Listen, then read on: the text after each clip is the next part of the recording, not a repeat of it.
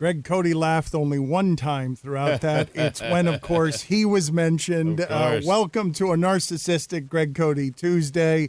He is here. I have Dolphin stuff to talk to him about because Deshaun Watson, that was a report from Adam Schefter saying Deshaun Watson is done with the Texans, and the Texans seem to understand that he is done there. So Deshaun Watson, one of the best quarterbacks in football, is available. He ends up taking in a Nets game because he wants to be close to where it is that power is. Those guys, all three of those guys on that team made a mess to get out, and Deshaun Watson goes there as his first stop because he's under contract. Football players don't have that kind of power, but he evidently has that kind of power. I was going to ask, what's that mean? But I guess you just told us what it means. Well, I thought it was interesting. Yeah. I don't know whether it means anything, but all three of those guys did the player empowerment thing. Kyrie Irving, James Harden, and Kevin Durant. And now the word is, because if he's not trolling, and that's the other thing those guys on that team do is troll, if he's not trolling, he just made the New York Jets fan base crazy because they badly want him. And so my question to Cody and the group is this: what is more attractive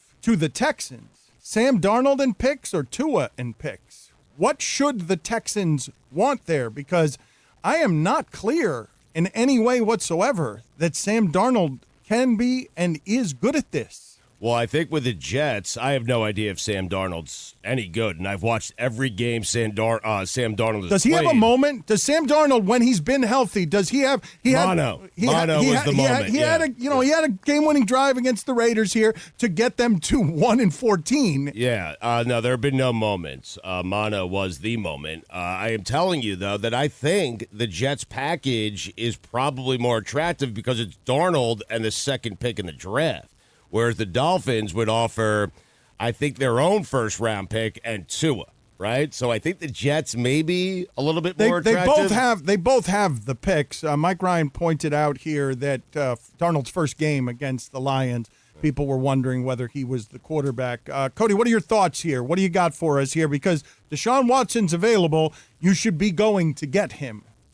Absolutely, yeah. It's obviously a gamble either way if you're the Jets, but or rather, if you're Houston, I would pick Tua because with Sam Darnold, I think by now you have a pretty formed idea of who he is and what he's going to be. With Tua, at least there's the unknown upside that you're still hopeful about. Plus, you know, the other thing is the Dolphins could throw in the 18th pick. There have been rumors they could even throw in Xavier Howard. I mean, if they want to really go for Deshaun Watson, they have the ability to offer a lot beside just the number 3 and 2. You can make two moves right now, Dan, if you're the Dolphins. You can get, because you have no idea. You might think Tua's going to be good, but you already know Deshaun Watson is great. You could trade Tua and one of their first-round picks and maybe something else if you have to, and then you get your quarterback at Deshaun Watson. You still have that third pick. You use it on Devonta Smith. I mean, you've solved so many Devontae Parker becomes your second wide receiver. I mean, you've got a situation here with Watson where he has a no-trade clause, so he can determine where it is that he goes. No state income tax is also something that would be appealing. Cody, what is too big an offer for the Dolphins to make? When you talk about maybe the best corner in the league, certainly one of the best corners in the league, when you talk about some of these prized possessions that they have from the Texans with their first-round picks, I just can't believe, and I need this to be stated very clearly, this guy's never available at this age. Like, never. Never can you get a guy who's a top 5 quarterback who you know if he's healthy, he's going to be around for 10 years. That guy's never available. So you got to make a seismic offer because someone else is going to make a seismic offer. Forget top 5. Just franchise quarterbacks at that age rarely become available. I think the closest comparison is Jay Cutler, and Deshaun Watson is so much better than Jay Cutler was at Denver. I mean, he's 25. Yeah, it's crazy. I mean, you know, Patrick Mahomes is on another level, but not a level that much above Deshaun Watson. If it weren't for Mahomes, you would be thinking Deshaun Watson is it. He is the young franchise quarterback that everybody wants. And I don't know that there is too much to offer. I really don't. I would err on the side of offering too much. You want Xavier Howard, man, we hate to give him up.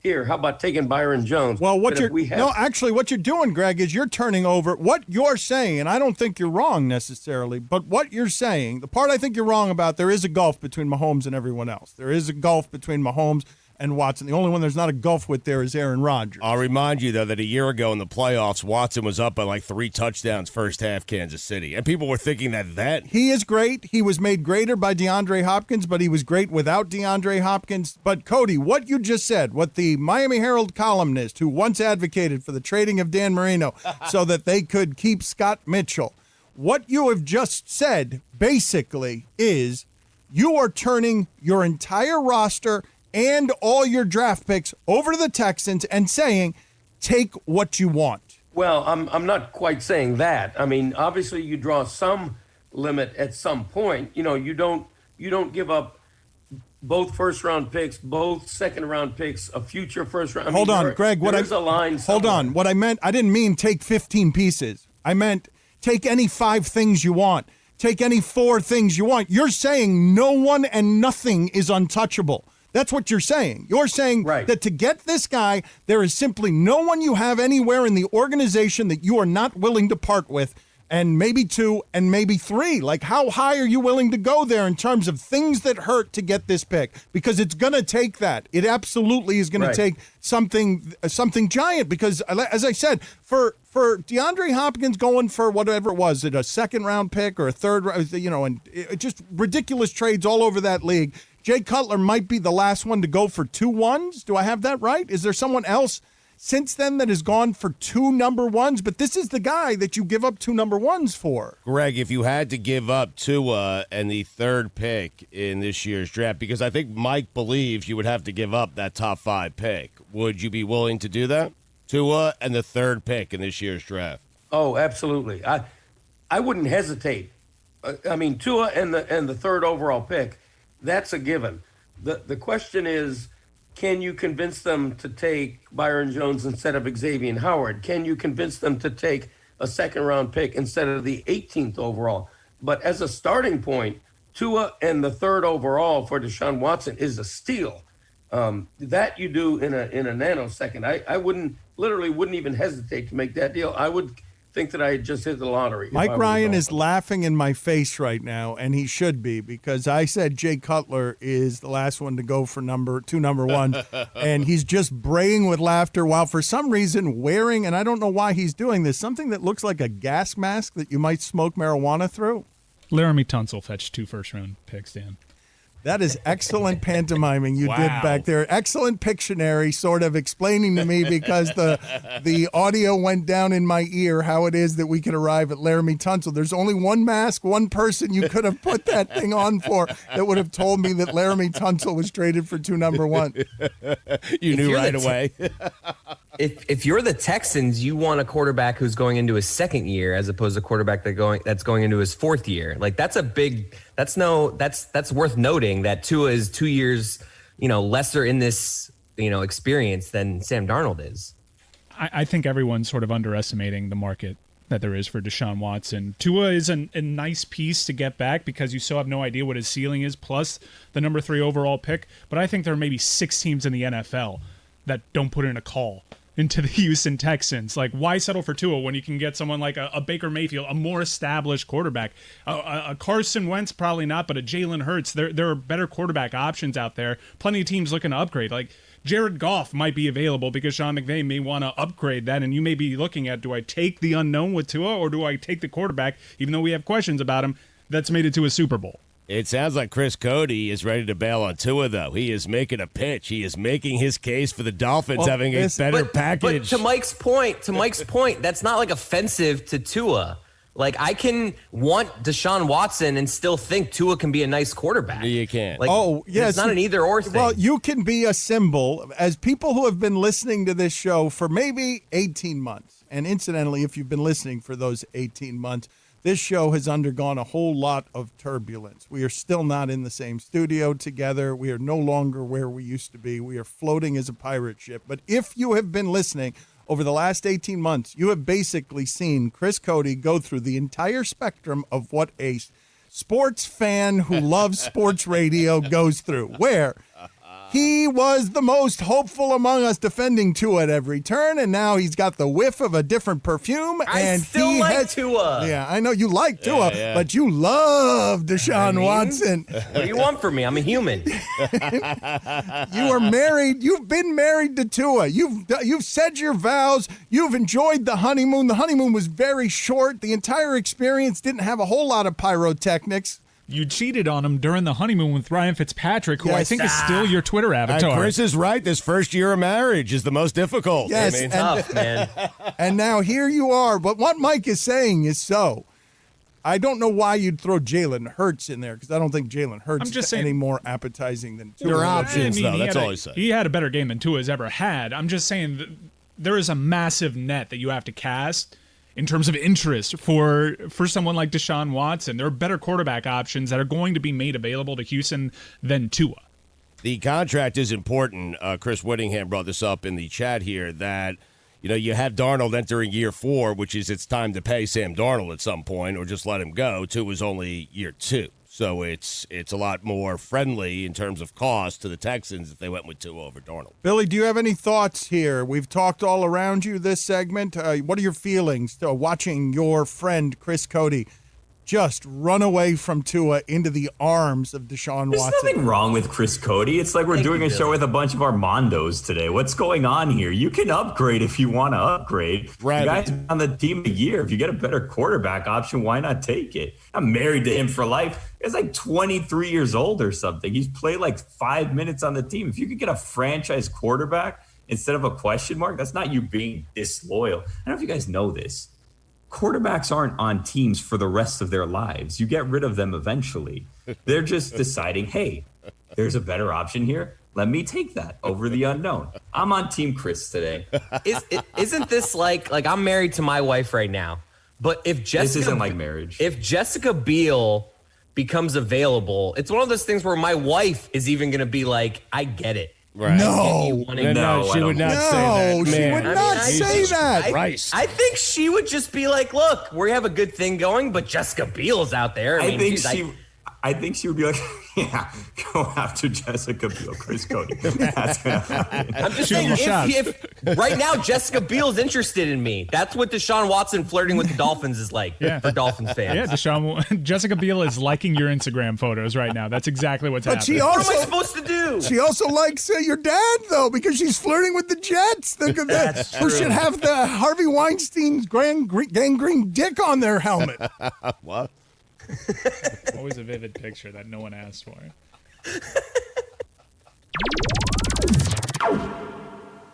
In responsibility's point, though, quarterbacks do stay with the teams forever. These types of quarterback, they don't become available until they're like Cam Newton type of done or 43 years old. But they typically do stay with those teams for as long as they're worthy of staying there. It's a franchise quarterback. It's the most important thing in the sport. Yeah, but nothing's forever. I mean, Brett Favre, after an NFC Championship game, they traded him. They did. Joe Montana went to the Chiefs towards the end of his career. Brett Favre retired. You're talking My about point someone in was their 40s. Tua's not going to be on this team forever, so why hold on to him now if you could get a franchise quarterback? The question is, have the Chargers had a meeting about Deshaun Watson? I don't think they have.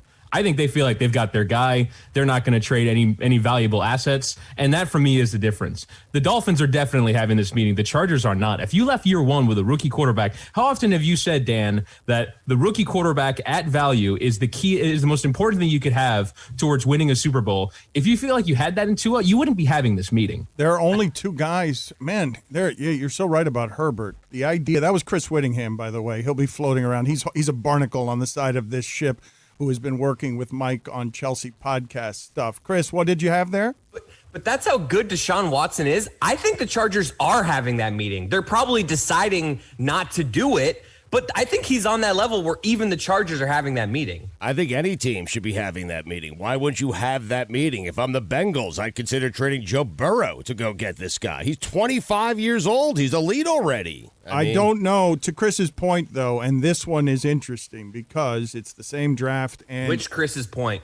Whittingham's point is the most interesting one because never are. You've got a situation in Herbert where if that's where we are after year one. If not being able to call it, Billy, I feel like you can call it.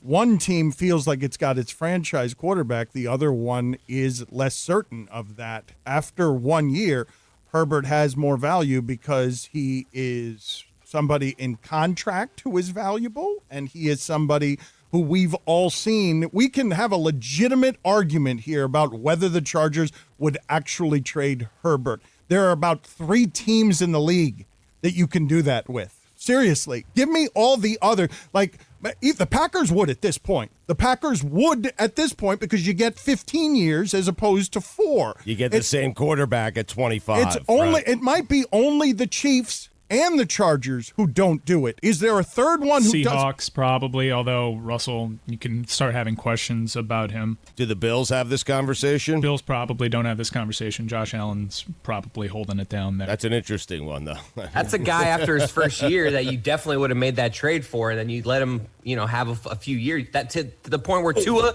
Welcome back, Chris. Tell him. Tell him, Chris. Thank you. Tua could be good in a couple years. See, I'm all over the place with this argument. Yeah. Are the Ravens having that conversation? I probably would, yeah. I just think absolutely the Ravens are. I mean, Deshaun Watson is Lamar Jackson who can throw. He's not half a quarterback. He's a full quarterback. half a quarterback. You don't think the MVP of the league can throw? I mean, No. this year, his numbers are Not pretty really. bad. Not what I've seen this year. No, and even last year He doesn't even think to throw anymore. It's 3rd and long, and he's taking off without even like the thought of throwing now. Yeah, Deshaun Watson is a full quarterback. I mean, you're getting the whole deal there. And I think there's one team in the league, the one in Kansas City, that looks at Deshaun Watson and says, "Nah, we're good. We're not even going to think about it. Nope, not interested." Every other team, all 31 other teams, have a reason to think Deshaun Watson is better on their roster right now than the guy they've got. I think Aaron Rodgers is a better quarterback right now, but he's also older. When I factor in age, Deshaun Watson is a generational quarterback who you have to go after if you're the Dolphins or a like team. To your point about Lamar Jackson, because while his passing numbers are down, I would not say a man who cannot throw. That is not how I would describe what is happening there. I would ask you guys, though, this question about Lamar Jackson. That was my phone. I will pay the $5 fine. It's 10. Lamar, why is it 10? I don't know. Just feel like making it 10 today. I mean, okay, but you're not in charge of the rules. You're right. I'm not in charge of the rules, but I'm not certain who is in charge of the rules here. And so you made it 5. I made it 10. I mean, you want to come back and, meet me halfway, $7.50. I'm fine with that. Lamar Jackson's game is not going to age well. I think we can say that without question, right? Because the athleticism he's not going to be a step faster than everyone for 10 years. That's not going to be possible. The more you run, the more hits you're going to take, the more that whittles away at your all-world athleticism. And even if you lose just a quarter step, all of a sudden guys are making that corner as you attempt to turn it. Look, we saw a game that he just exited with a concussion. So I do think that he has a shorter window, just like Cam Newton. Cam Newton's at an age where a lot of elite quarterbacks are still very good, but he relied so much on his athleticism and he took so much punishment that it eventually whittled away at the athleticism, which overcompensated for maybe the lack of accuracy downfield. Dan, if you ran the Buffalo Bills, because I find this one to be super interesting, you run the Buffalo Bills. The Texans call you because they want Josh Allen. You're having that conversation. Because Josh Allen's had 1 good year. Deshaun Watson's had 3 great seasons. You would have that conversation, would you not? I think so, but I want to address because Josh Allen is also young. Josh Allen was better than Deshaun Watson this year. Josh Allen is good this year. You're not having the conversation. You can have the conversation, but Josh Allen's better than Deshaun Watson this year. You're in an AFC championship. Okay. I also don't know if Josh Allen is better than Deshaun Watson if I give Deshaun Watson Stephon Diggs for the entire season because we gave him DeAndre Hopkins and he was up at Kansas City. He didn't exactly get this far. Not that that should really matter in this discussion, but Deshaun Watson was healthy all year, without weapons. And we've seen like the top elite quarterbacks before Devontae Adams was any good take weapons that were a little sus and go a long way with them. Deshaun Watson actually had an entire healthy year, and the Texans would be picking top 3 if they had their first-round draft pick. I'm just saying, listen, this is how good he is. He had exactly nothing surrounding him. And this year, he had nearly 5,000 yards, 33 touchdowns, 7 interceptions, 70% completion percentage with nobody around him. Nobody. Put it on the poll, please, Guillermo, at Batard Show. Is it douche or no douche to say a little sus because you can't be bothered to, you're very busy and you can't say suspect. You don't have time to say suspect. So you've got to hurry on. You got to get ahead and just make it sus. Mike, do you have any degree of shame about what just happened there? No, you sound like an old fogey. Yeah. Oh, is that right? That's how the kids are talking these days. Oh, is it? Call me out for being young. All right, guys. I wanted to ask you guys all this question. I wanted to ask you this question based on that Ravens game because you're, again, making quarterback wins a stat, which is interesting because I thought a couple of things happened this weekend to make quarterback win a stat where now you don't have questions about Tom Brady's aging or Josh Allen, but you do have questions about Drew Brees and Lamar Jackson. They had 5 drives go inside the Bills' 30-yard line, and none of them materialized in anything. And I'm not saying Lamar Jackson played well because he did not. But Josh Allen in that game did just enough to not be Lamar Jackson having these disasters inside their 30-yard line. If I change one throw there and something happens differently, that guy who was being mocked at the combine because during the drills he gets hit in the head, the next thing you know, he's turning the entire season around with a 101-yard touchdown. The win as a stat thing, Stugotz, to me, for that position is it's dumb, it's simplistic, but as it regards specifically that Tampa Bay New Orleans game, Tom Brady aged differently than anyone in the history of the sport, but it was crazy that we all saw Drew Brees done before he did. It is crazy that we all saw Drew Brees done before Sean Payton did, that we all got to watch that. A quarterback younger than Brady. I saw Ryan Leaf tweeted recently that he couldn't believe that in college he stood across a sideline from Tom Brady playing in college, and that he was watching Tom Brady in his 20th season throw 4 touchdown passes in a half, and he had just strained his calf trying to hike.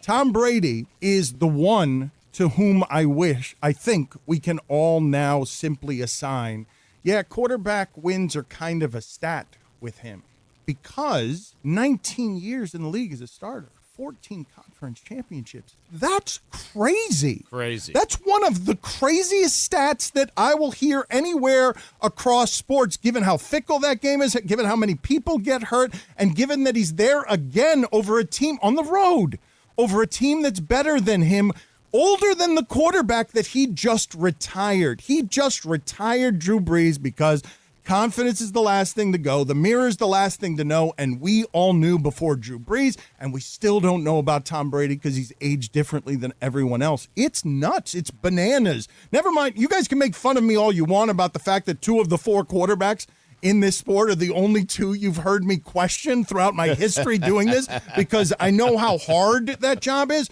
but I also know what precedent is. And in Josh Allen's case, I've never seen a quarterback improve more from year 1 to year 2. Never seen it. Less reckless, more accurate. That kind of improvement that fast is not something that I've seen before, and none of us have ever seen a quarterback age the way that Tom Brady has. We've never seen anything like this, and I don't know where you put it in the pantheon of amazing stats, Stugotz, but 14 conference championships in 19 years as a starter is totally insane. Well, how about the 9 Super Bowls, too? Speaking of the Saints, you guys see who threw a touchdown pass? Yeah. Jameis Winston. The one that you guys said, hey, maybe Sean Payton sees something in Taysom Hill that we don't know. Didn't see the Brees thing. Didn't see the Winston thing. Told you. Hot seat for Sean Payton, maybe. Yep. Playing a dangerous game. I don't know how you take Winston out after he makes that throw. Seriously. There's a lot of home playoff losses as a favorite. The Saints fans can always cling on to, well, the NFL screwed us, but to only have 1 title out of that 15-year pairing of Sean Payton and Drew Brees, It's actually a bit of a disappointment when you look at it because they've had teams that have been the favorite oftentimes there, and they made it to one Super Bowl. Compiler. Compiler? Yeah. Brees? Yeah. Plain as day, compiler. I mean, all those stats, come on. What have you done for me when it counts? Nothing. Put it on the poll at Lebatard He won Show, a Super Bowl. Guillermo. Is Drew Brees a plain as day compiler? I kind of disagree with your point that Sean Payton didn't know that this was coming. He brought on Teddy Bridgewater, who was the highest paid backup in the league. He brought in Jameis Winston, who was actually available at a cheap price, but look at how much they paid Taysom Hill. Sean Payton has known this for a while. He just can't force Drew Brees out, considering all that Drew Brees has done for that team and that community. How hard was that to watch for you, Greg? As someone who specializes in aging, the wheelhouse of aging, what? He must be so confused by Brady. We all are. No, I mean, we've seen it from Brees throughout the season. You know, he can't throw the deep ball as he used to, and his game was very restricted. He's incredibly immobile. I mean, he's just a target back there now, and it was sad to see. It was very sad to see, especially contrasted against what Brady continues to do. It was just, it was sad. I hated to watch it. I felt like Brees deserved some sort of a hurrah in that game, whether it was not necessarily winning the game, but just a fourth quarter comeback, just something to make us go, all right, there's still Drew Brees in there somewhere, but it was just a terrible performance. Last two seasons, 51 touchdowns, 10 interceptions for Brees. I mean, I don't think Brees thinks he's finished. I really don't. That didn't make it obvious to you? What we just saw didn't make it seem I mean, clear? Brady with the thing after the game, that assassin type stuff, because, he's throwing Brees's, he's throwing touchdown passes to Drew's kids, and it appears that he's saying goodbye and saying goodbye forever.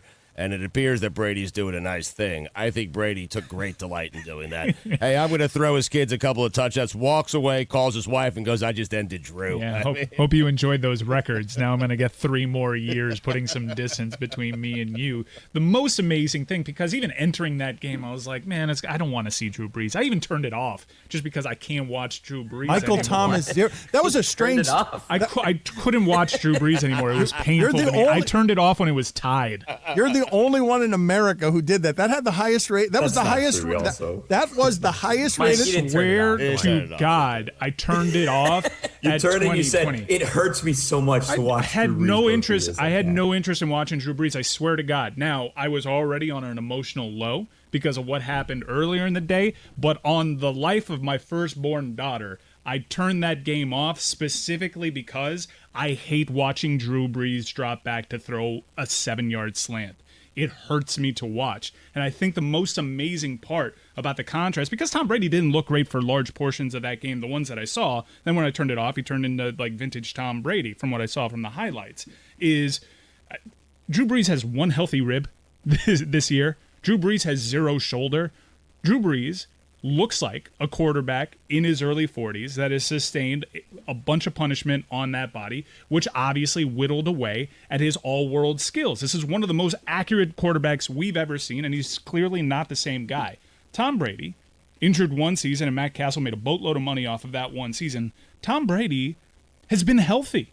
So I know we all like to laugh at Dr. Guerrero and pliability and all this nonsense. I don't laugh at it. To be able to be healthy without this like incredible physique or physical tools that make us say, wow, yeah, I can understand why he's so much better than everybody else. It's amazing that he hasn't taken the punishment to whittle away at that. It's only nuts that he is still doing this. But what do you do, Cody, with what I'm about to tell you? And speaking of aging, by the way, I shouldn't have to tell you this on air, but here we are. Your points today so far, you just sort of peter out on the dismount. You don't have much of anything at the end. You just sort of yammer, and then at the end, you peter out. So I think you can summon the brilliance that we're accustomed to getting from Greg Cote by trying to nail these dismounts with a little more energy when you're done talking. Is that okay? Oh, okay. Thank you for that analysis. I appreciate it. I want to ask you this about Tom Brady, because when you look at the stat sheet involving this was basically Tom Brady standing on one sideline and just staring at Drew Brees and watching him age. Like, I know how to not age. You don't know how to not age. You are not knowing how to not age by throwing the ball incomplete every time to Michael Thomas. But watch what I do with Brate and Fournette. I'm going to end you, Brees, with Brate and Fournette. Not Antonio Brown, 1 catch for 10 yards. Not Mike Evans again, shut down totally by Lattimore. Little Scotty Miller. 1 catch for Scotty, 3 yards. Not with Gronk. 1 catch for 14 yards. No. Little Scotty Miller, 1 catch. You say a little from Scotty Miller. Catch, It was a big catch. Yeah, it was a downfield. big 30 yards. It takes Drew Brees 7 passes to get that much yardage. Am I wrong when I say that was just Tom Brady watching Drew Brees age? He was sucking the life force from Drew Brees. By the end of the game, Drew Brees looked older and Tom Brees looked younger because he was on the other sideline just going, sucking in the life force. He stole his last name, too, apparently. Yes, Mike made him Tom Brees. That's okay. It felt like that. It felt like, watch this, Drew. I mean, it's so disrespectful, all of it. I'm going to beat you with Brayton Fournette, and then I'm going to throw passes to your kids in the end zone, too. They're my kids now. Come over here, Tom Brees' kids. This is the Dan Le Batard Show with the Stugotz podcast.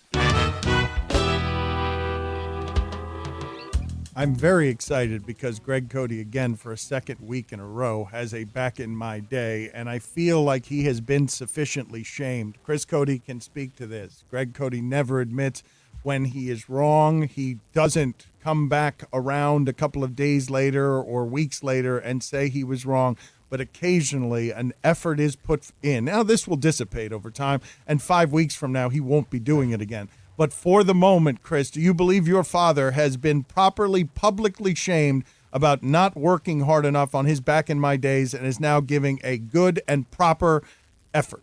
He has stepped up the effort he's been giving by texting me more and bothering me for ideas for back in my days. So yes, I have noticed an uptick in the texts. He's putting more of an effort in, Dan. He's trying. The old man is trying. Why do I have a reputation for never admitting I'm wrong? I think you're dead wrong about that. I just, I admit when I'm wrong. Sometimes it takes me months or a couple of years, but I do admit it. So thank you for doing so, because we're going to get to that back in my day in a second here. But I did want, it was important to me, sort of philosophically and spiritually, to be on and to have a platform during this particular week. Because I believe during all this time that we have spent together or not together, locked in our homes, during the weirdest crisis of our lifetimes as a generation and across generations, with just unspeakable sadness being seen spilling into our streets, and America forever being on edge, and a racial war being instigated in a way that had all summer and most recently in a symbolic place where freedom and democracy reside was overrun by thugs. Freedom was attacked for a year. It is the least free year any of us have felt in America, whether you're a black person who was, protesting because George Floyd had a police officer on his neck for 8.5 minutes. This was just an unspeakably awful year. The worst year of all of our lives as a country. I don't think there's any dispute in any of what I'm saying. So no matter what your politics are, no matter what your race is, just a brutal year in all of our lives. And it was important to me as somebody who was with this crew at ESPN to be free there, to be free to talk about what was happening in the White House. It was important to me, and I tried with using sports figures and adhering to company policy. But as I see these particular days, and I want the people listening to this to sort of absorb the idea that Trump has taken a whole bunch of money to pardon people right and left. And most interesting to me, is he going to pardon that Maxwell woman who was with Epstein? He's just going to throw a flood. This dude who has been basically a criminal grifter right now. He's just selling the office, selling out our country, doing these just unspeakably shame-immune, grace-allergic things. It was important for me this week to be here because it's checkout time, and you can fumigate the White House now. Just fumigate it, because we've had just a opportunist, shameless leader embarrassing this country for so very long with what seems now to be a criminal grift that is going to be prosecuted no matter how many pardons he throws out. And while this country's problems date back far, far beyond this orange racist turd, he instigated the worst in what America none of us thought it would ever be. No matter what side of this you're on, the last year is not anything any of us could have imagined being America. It really doesn't matter what your politics are on this one. Like, I know a lot of people are going to call me, leftist or progressive or whatever. But if you've been listening to this show for 20 years, you know good and well that the thing that has only interested me in this subject matter has been race for 20 years. And I've been co-opted as a political tool. And in some ways, like in the middle of the fight because of everything that was happening in terms of this summer, corporate policy, and then we're evicted, or we left, or we agreed to evict and leave. And here we are now on pirate radio in the middle of it. And I believe, and I really do believe this, that our most discerning listeners see all of that, that they saw what happened there. And now we are free. We are totally free to do this show. And I know some of you are annoyed with how we've been doing it, and you've got your complaints, and they are myriad about everything. I will just tell you that we are all doing this right now together, right? Because I told you already that we jumped ship together, and there weren't a whole lot of questions asked. These guys have seen that I don't know how to talk about this, but these guys have seen what the suffering of the last 18 months has been for me, and what was always and always has been a dream job. A dream job. Like Stugotz knows, we love coming in here no matter what's going on in our lives. And, Stugotz has been gritting out some stuff around here. No matter what's going on in our lives, we love being here. We love this thing. We love our little dysfunctional family that gets to entertain you. We love yelling at Greg Cote and yelling at each other. And we love, this is a group of people who love each other. These people have just entrusted me with all of their futures, and not blindly, but in a way it's super uncommon, okay? Super uncommon for everybody to be like, yep, we go. Let's go. Where are we going? Where are we going? And you guys see that somehow. You feel it. And I'm telling you, it makes us feel stronger because Stugotz has been gritting through some stuff here, and we're fooling around with the cameo stuff and drinking on air. But the freedom that I really wanted, and Stugotz has felt this for me because I know this about my partner. Like, this has been one of the coolest things over the last 18 months. Like, Stugotz is the things that we say he is and everything else. He's, a hustler. Every one of them. He's a hustler, okay? But Stugotz rode with me on this. Like, Stugotz knows what was on my back, and Stugotz hurt for me, and Stugotz didn't ask any questions either. He jumped the same way that Mike and Chris and Roy and Billy and everyone around here jumped, and Amin jumped. Like, they just jumped with me. I mean, I sit here with you every day, so it was hard not to feel what it is that you were feeling. We were all feeling it, and we say that respectfully because we truly did love our time at ESPN, but a 3-hour show became a 2-hour show, and there were certain things that Dan just wanted to talk about, and what we love, and Dan's right, I'm going through some stuff right now, and for many listeners, the greatest compliment that me and Dan get and this show gets is you pulled me through a bad time. And just seeing these guys, seeing your faces, being with the guys today is helping me through a difficult time in my life. So I understand where you're coming from, and it's why it means so much to us. But I felt it from Dan, and because I was feeling it myself for the first time, which was odd because I could have ranked quarterbacks for the rest of my life, at least I thought. And so I'm happy for you. I'm happy that we've arrived where we arrived. Also, I had no other choice. So, I mean, there was that.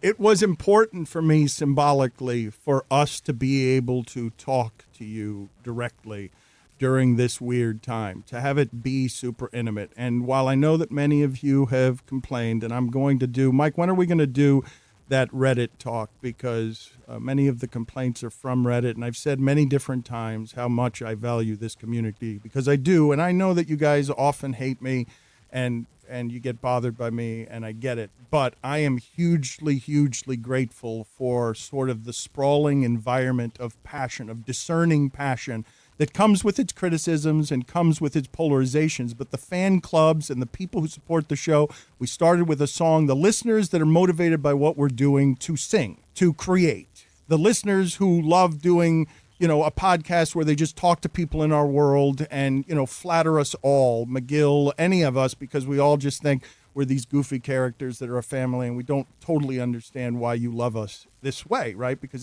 that's not something you find a lot in any kind of entertainment, never mind sports radio. The fact that you guys seem to understand what we're doing, why we're doing it, and you buoy us. And you're tired, though, that this show has been, all over the place with this new freedom. And we're overwhelmed, all of us, both in positive emotional ways, and we're just doing too much. Like, it's not a joke when I tell you that Stugotz is the sales department right now. It's not a joke when we tell you that people are doing this, on their severances, hoping that in a month I can get them and we can get to this place where we don't have to worry about that stuff, and that our sales department kicks ass.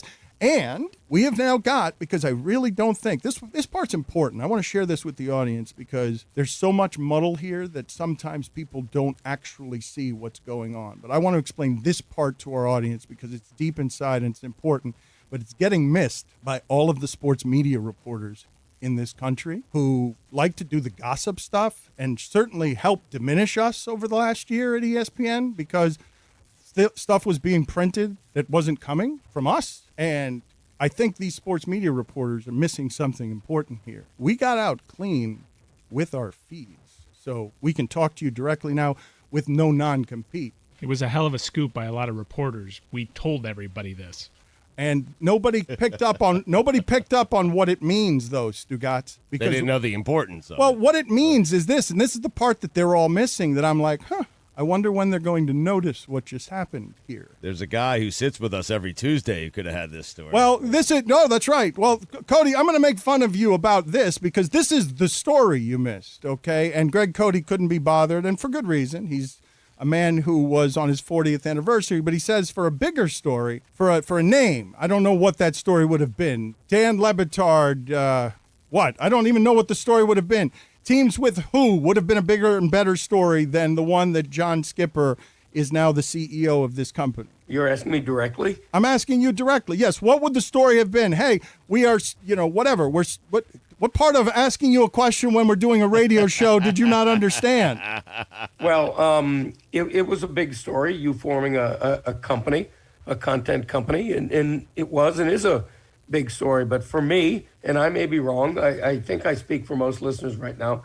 For me, the bigger story is what's next? What's the next step? Where does this pirate ship dock? Okay, you've mentioned that, but this is why you and others are missing what the big story is here. And I hope they keep missing it because I'm in no hurry for anyone to notice it. But I do want the audience to notice what it is that's happened here because it's pretty cool. And because you've supported this thing, there's something pretty cool happening. And the pretty cool is this, okay? If you guys have noticed what has happened with Bill Simmons and Joe Rogan and Barstool and the new podcast fight that is going on throughout the globe where people are fighting for this new kind of content, what you will notice, I think, is that Joe Rogan is the top of his empire and Bill Simmons is the top of his empire. And in Barstool, it's Portnoy, a guy who is very good at seeing value in things, a guy who takes very large swings in business, a pioneer across 10 years of making more money for ESPN than anyone ever has. The most powerful man in sports has seen value here in a way that will make him split time with another entity that is a multi-billion-dollar sports rights company. So where you see Portnoy and Rogan and Simmons, you now see that man working as CEO to build us and beyond, Greg, to build us and beyond. We're just a hood ornament on this thing, big as we think we are, big as you think you are. We are just the beginning. This is the startup. This is what we're showing people, the underbelly and the inner workings of. We are presently starting up right in front of you. This, what we're doing, Pirate Radio with our feeds, a CEO of our company has seen the value of us owning our own stuff and being able to sell it to somebody. That's a part of the story. But the bigger part of the story is that this is about to be a legitimate company, that we right now are talking directly to the audience on a pirate ship that is the startup, that is gathering the occasional barnacle here in real time of here's a Whittingham, here's an Amin El-Hassan, and Greg Cote wants to sit it out. Greg Cote doesn't want to report on that part of it. It isn't true. It isn't true. How about after the show, you and I sit down for a long interview? Oh, no. I'm done with that. I am not available. okay. I'm not available to you anymore. No. Okay, fine. Nope. So you're saying that that I missed the story, but now you don't want to give it. I'm not. No, I hope nobody writes it. I hope it goes months and months with nobody writing it. But the reason those feeds are important, I'm not certain if we explain that, is because it allows us to to distribute the show the way we always have, but also allows us to keep all the reviews and the subscriptions that we had. And so that's why the feeds were You don't have to very start important. at zero. Right. I honestly think now other places have kept their feeds. Other high-profile personalities have had to start from zero. This is all reportedly, by the way. Yeah, well, we kept our feeds, and that's massive because already you have an audience there where you don't have to build that up, which is part of building out a company. And I don't disagree with Greg's contention that the big story, the massive story, is where you guys end up landing. But that's not to say every other story that's associated with the climb isn't a big story that would get you plenty of clicks. I'm looking at Sports Business Journal right now. The most popular story is the announcement of the company name. Skipper and Batard's company venture. That's a #1 trending story on Sports Business Journal right now. That dropped today. So there's a lot of opportunities for clicks along the way for you, Greg, if you want to be on that beat. No, I don't. That's it, though. That's what I'm saying. That was my last straw. If you've been watching everything that's been happening around here, that's the last straw, because I'm no longer in the business of just having you get your greatest clicks based on either betraying us or writing about us.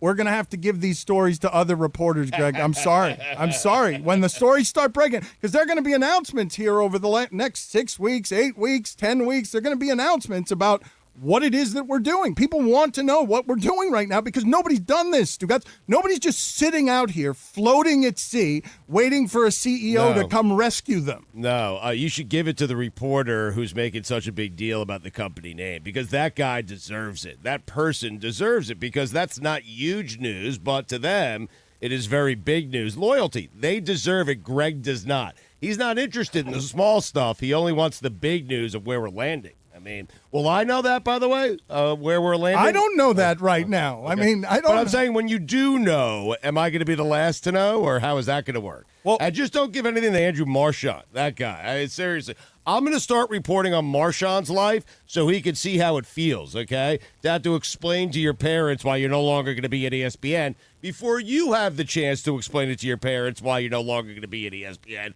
I'm going to start reporting on Marchand. Hold on. That guy knows more about my life than I do. All right, hold on a second, though, because I want to do this. I do want to go down the path of scorching the earth on Marchand. Dude, how about this story, Marchand? This one's a pretty interesting story that we've got here. Not the name of the company, but there's a story right under your nose as the sports media guy who writes about the media and seems to get almost all his information from not us. Wherever it is that it's coming, it's not us. There's two guys in the sports media industry that definitely get their news from not us. Why don't you do some of your own reporting, Marchand? Try to get some reporting. Try to get some details from us, Marchand. See how that one goes for you. It's Marchand. Whatever. I love a good old-fashioned fight with a newspaper media guy. It reminds me of the days of, like, Rudy Martzke. Remember Kimmel told us? Rudy Martzke! No, that's right. Jimmy Kimmel, who's had some success, told us that part of the reason that, it was he's running into the cathedral and he's doing comedy jazz hands, and all of the executives are worried about upsetting USA Today's Rudy Martzke because he might write in USA Today 10 bad inches about you. I don't want to pick any fights with any media people, considering how the most recent story got aggregated. One place writes something that seems to be fairly obvious given messaging, and then it blows up on every other blog because one person wrote about it, because not everyone's listening to our podcast. Although if you look at the rankings, it would be hard to believe that, Dan. Well, no, this is the thing about the rankings, though, and this is the great underbelly that we were able to work in for a while, even at ESPN, under the noses, where we were doing stuff just digitally that wasn't being heard by anybody unless we did something that a sports media reporter heard on the digital portion and then made a headline out of it. But that's where it wasn't just under ESPN's nose we were doing it. We were doing it under all these sports reporters' nose, all of them. Like, we were telling all sorts of secrets in the shadows that if they'd been paying attention and actually reporting and getting the news from somebody other than not us, like fed to them, the way that we tried to feed Cody the other day when the story was breaking. But Cody is not Marchand. Why? Because he can't be bothered, and he gave the story to Barry Jackson. Barry Jackson beat this guy. This guy, what's his name? The Business Journal guy? He's stealing all of your clicks, Cody. I think it's like John Olerud or something like that. What is John Olerud reporting? John Olerud of the sport. Man, John Olerud has hit hard times after a great decade and a half long baseball career. As a wonderful left-handed hitter, he is now writing. Still wearing a helmet. Still wearing a helmet. I'm not sure on the pronunciation, but Orend. Okay, what's being reported? Let's just read this. I want to see the heartbreak on Cody's face. This is what it feels like to get beaten on a story. Here you are looking for clicks, and now John Orend, who you were fed a story on last week because he was on the scent, and you declined it, and you gave it to Barry Jackson. How many clicks did he get for that story that you didn't do, Cody? I don't know. I never checked. I'm going to check right now. Yeah, I believe that you did check. I think the arrangement was you got the clicks. Oh, because you got the clicks. That's right. Wait a minute. What do you mean you didn't check? Didn't you tell us that when Barry Jackson gets the clicks on a story you gave him, you get the clicks? Chris, what's the truth here? I feel like your dad's lying to us, Chris. Chris, he's lying. He's lying. Chris, what's the real story, please? Please give me the real story. I mean, Dad, you can admit it. Like, apparently, since it was his scoop, like the clicks, even though they were Barry Jackson's, the Herald knows where those clicks really went. It's like, I think you called it quiet clicks, Dad. Yes, that's correct. But you know who I got even more clicks from was my wife for honoring our 40th anniversary and not saying, hey, honey, I have to go to work. I'll see you in a day and a half. Have fun on your 40th anniversary. I'll catch you tomorrow. I don't think it's called the click. Give me the story, Mike. Please read the story for me, please. Skipper and Lebatard's venture taking shape as Meadowlark Media. That's apparently the name. Look at that. After a Globetrotter. Look at that. I don't think you should say that. Eminem. I also don't think you should say that. Okay. Is that all we have there? Is that no? But the rest requires a subscription, and I'm not doing that. Okay, very good. That's all you need to Here, know. I'll read you what I can. No, that's enough. Actually, I like that as the only part. I like that as the news. Some giant news. Some sentence is giant news. It's a real cliffhanger. It makes me want to subscribe to it because the content company formed by John Skipper and Dan Lebatard is starting to take shape. Do you think the sports media reporters will click on the subscription and read John Orand's story? Oh, it's a free account. I might do this. The duo will call the company Meadowlark Media after one of the few species of birds that can sing while it flies. Is that the reason? Oh. That's strange. The firm will hire journalists and other sports media types to tell stories. It will ampersand ...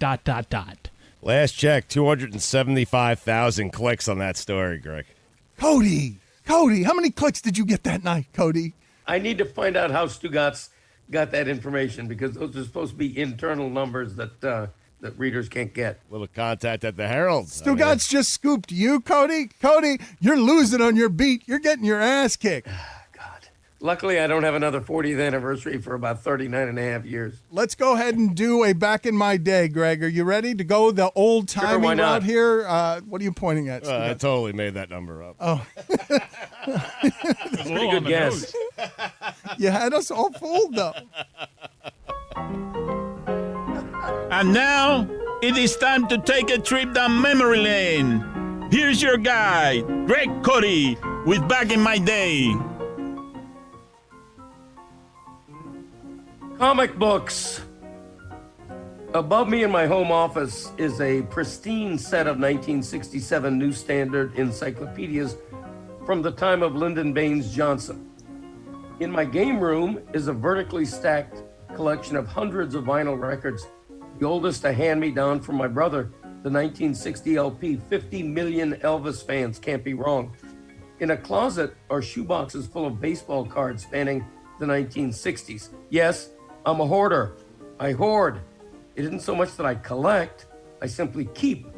But there is no randomness to this half hobby, half habit of the heart. There is a method to the madness, and maybe you can even relate. See, the faster and farther your youth runs away from you, never to return, the more and more you want or need to hold on to proof of it, something tangible, there to last, stronger than fading memory. Encyclopedias more than a half-century old, albums unheard for decades, cards of the time of Mantle and Maze. In a treasure box my dad made me, a purple Duncan Imperial yo-yo I last yo'd when I was in junior high school. And the grand prize of my captured ute, my comic books. Hundreds, all hermetically entombed in thick protective plastic. I looked at them the other day for the first time in many, many years. I was 11 years old again. I'd ride my bike with a banana seat to the local Rexall drugstore, a couple of quarters dancing in my pocket. I entered the place and beelined to the magical spin racks at the front left of the store, twirling them slowly as the titles called to me. Marvel's The Amazing Spider-Man, DC's Sergeant Rock, Gold Key's Boris Karloff, Tales of Mystery. Thank you, ancient Egyptians, whose hieroglyphics are thought to be the first sequential art, forerunner of the comics. Most comic books were 12 cents back when I devoured them like food. I'd usually buy one a week, or try. If I bought two, I'd feel guilty. From those pages grew my love of reading, my tendency to doodle and draw, my imagination, all of it. What replaces that for kids today? What takes the place of the dime comic book? Video games? Anime? Nowadays, kids love watching movies about comic book heroes without ever caring to know how those heroes were born. The time of World War II was the golden age of comic books, but they boomed in the 60s, my time, when top sellers would see 1 million or more sold of a single issue. Comics surged again in the early 90s, briefly fueled by X-Men, but it's been a steady and sad decline since. Top comics today are lucky to move 20,000 copies of the latest issue. Try to find a spin rack in a drugstore or convenience store. It's like trying to find the Invisible Man. The last comic book I ever bought, my first purchase of one in decades, was in January 1993. I was a grown married man by then. Christopher was 5 and our youngest still a baby. My youth was long gone by then, but somehow that last comic I ever bought brought it home. It was the famous, infamous DC Comics number 75, well known to collectors. It was titled The Death of Superman. Dare say a metaphor for a million kids grown up and old. I'm Greg Cote, and that's how it was. All right. back in my All day. right, just let's stop for just a second here because I have to share what with the audience what just happened here because the only laughter wait a minute. Wait a minute. The only laughter that you heard from me throughout that, which I hope buoyed Greg Cote some as he slogged through that back in my day. I hope that my laughter gave him some support, but I was not laughing because of a word that he was saying, because there was not a funny word uttered anywhere in what it is that he just did. What I was laughing at, Greg, is the alternate look of horror, then rage on your son's face. Then what came in was a sweeping boredom. And then all of a sudden what appears in the chat from your son is they can't all be winners. Chris, I was simply laughing. But your dad needed it. Any form of laughter. Well, here's the thing. Bulletin wasn't supposed to be funny. If you're in the rut of thinking that all back in my days are nothing but funny, then you haven't been paying attention. I make no apology for that back in my day. It was very personal. I liked it, and sometimes that's enough. Mm-hmm. I'm with you, Greg. I've never seen an Academy Award go to a comedy. You know what I mean? They Thank award you, the Billy. best. Thank you. I appreciate that. Chris, just take me through your range of emotions because, honest to God, the thing that was Stugotz, you saw this, right? You saw the look on Chris's face. Oh, of course I did. A look of shame. I mean, I try to, you know me, I'm the teammate around here. I like to throw in a few little laughs, a fake laugh, even if I have to, just to, you know, I couldn't find a spot there for it. I was just bored. He was going for boring, though. He says every once in a while you got to throw a boring one in there. Yes, Billy. I actually found out that 3 comedies have won Best Picture, but it was in 1934, 1938, and 1944. So, Which one? right in Greg's prime. Yeah, that's what I was going to ask. Caddyshack didn't win best movie? That's an outrage. Yeah, how's this for comedy, Greg? Man Campbell is now a head coach again. I heard about that. Mike, What? can we empty the Man Campbell No, he's file? not. Are you just learning this? Yes. Stugotz is just learning that Man Campbell is back in the game. What a glorious time. We've been celebrating former Dolphins around here. Matt Moore, Jarvis Landry, Ryan Tannehill, Chad Henne. How about this one, Greg Cote? Where does this fit in you're the Dolphins historian, though not as great a Dolphin historian as Andy Cohen. Where does this rank in terms of great Dolphin eras, the Man Campbell era, where he came in with a giant chin, he gave us some good coach, we celebrated his toughness, and then he was gone and laughed at in echoing laughter about 8 games later? Yeah, it was a glorious few months, wasn't it? I'm glad to see Dan the man back. I didn't even know he was still in football, quite frankly, but the chin is back, and it's a glorious thing. There it is, ladies and gentlemen, your football writer who, when you want laughs, gives you the macabre, the dark, and the serious. Your football writer did not know that the new head coach, Man Campbell, Right.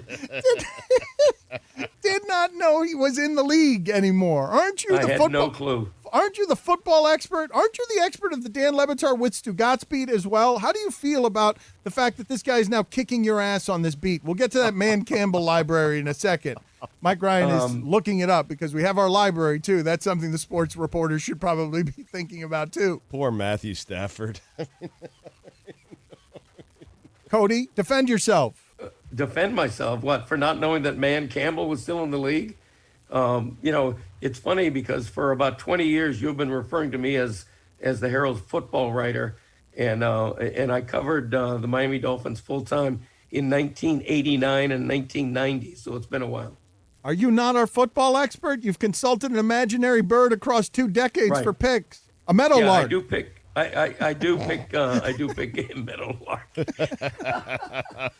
Oh my! I have a joke about that, but I don't. Go ahead. Let's hear your joke. You got beaten on the clicks. What's the joke? What No, joke's I good? just hope the new Meadowlark company doesn't turn into a lemon.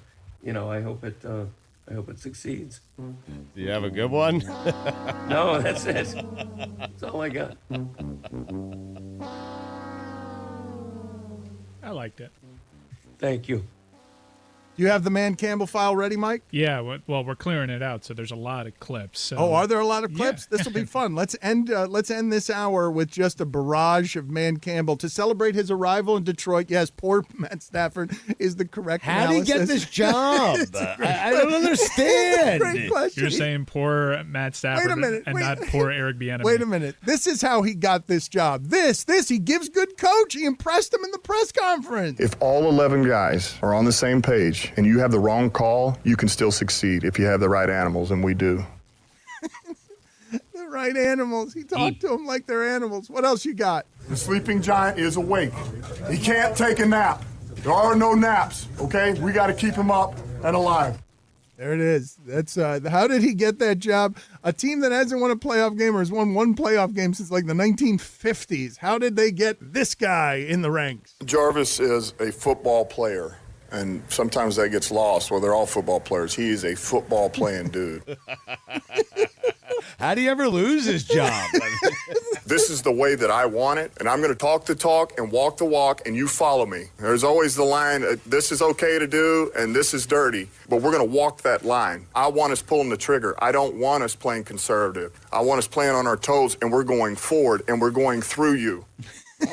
You can see it in the eyes of those guys. You look at Cam Wake and Sue and Ryan and Pouncey. I mean, you just go round and round. You could see it in their eyes. They were ready to go. He's running out of gas there a little He bit. speaks my language, He's man. just He really pounding the does. podium. You could see it in their eyes. They were ready to go. You find out who loves the game, because that's what you're playing for. There's 3 games to go. Who really loves the game? Man, how did he not get a job sooner? Exactly.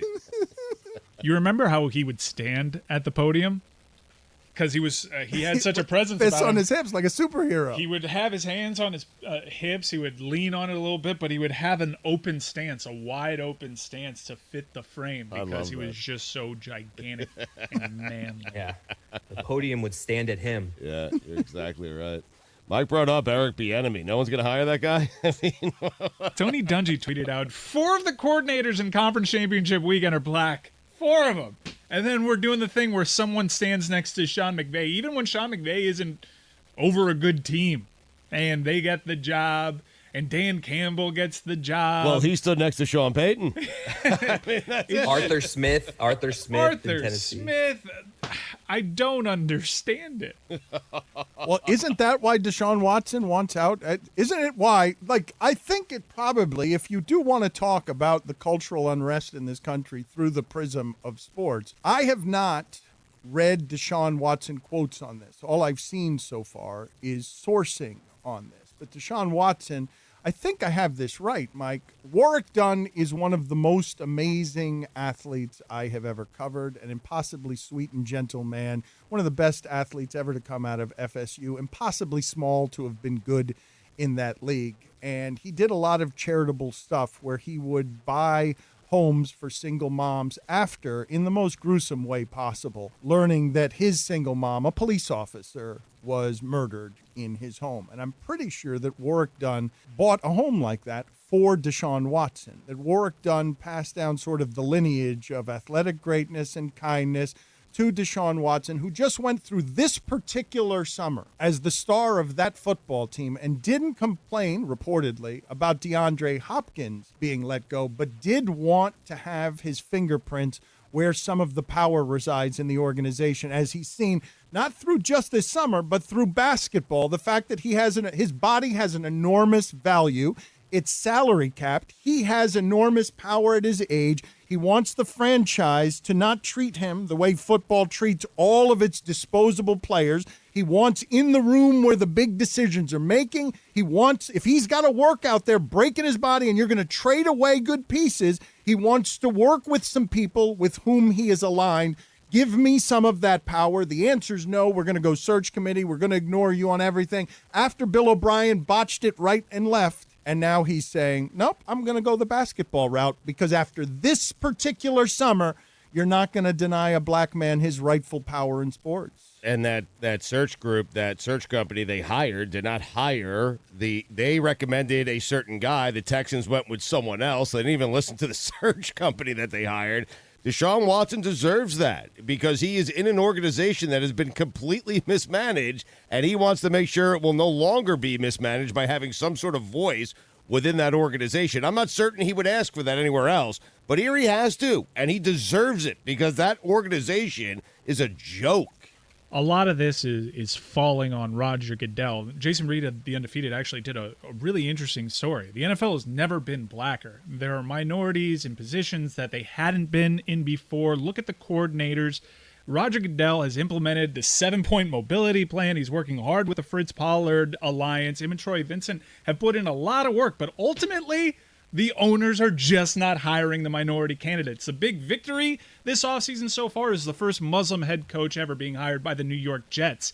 It just comes down to the owners are hiring who they are comfortable with, and all this hard work that's being done by the commissioner's office is all for naught, at least when it comes to head coaches. But I want everyone to understand in the context of the times, as you listen to us specifically in this free week on radio, as the White House needs to get fumigated this week. And I don't care what your politics are. I really don't. It doesn't matter. We don't have to fight about whatever, who's lying or why facts aren't facts. There is no disputing that basically what you saw, horrifying, happen in that building, incited by a madman at the end of his tenure and his rope, lost even his most ardent supporters. There are still a few of the fringes that still want the power in the future.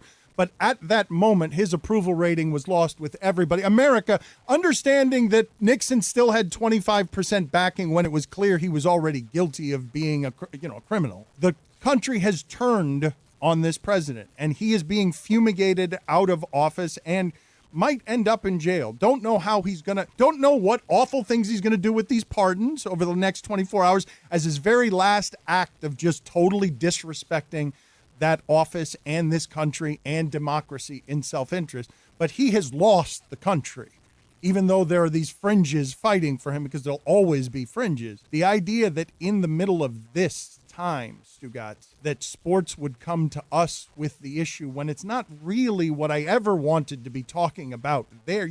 I got tired of Rooney Rule talk 10 years ago, but what just happened in the streets in this country wasn't about needing sports to talk about race. Race poured over every border in this country to lead to a fistfight that made this election the scariest of our lifetimes, where we're all worried that if that's what it looks like toward the end when he loses, what would the next 4 years have looked like when he just kept doubling down on the crime and the grift and the shame, and for 4 more years of embarrassing us, of leading us poorly, unequivocally and objectively during a pandemic where we're still a sick country and we're afflicted by 2 viruses, and what you see going at the Capitol is a bunch of idiots who have reasons to wear masks, multiple, 2 reasons, and choose neither, and are now getting arrested for criming because you want to be in disguise and don't want to get caught when you're attacking freedom, and because there's a pandemic.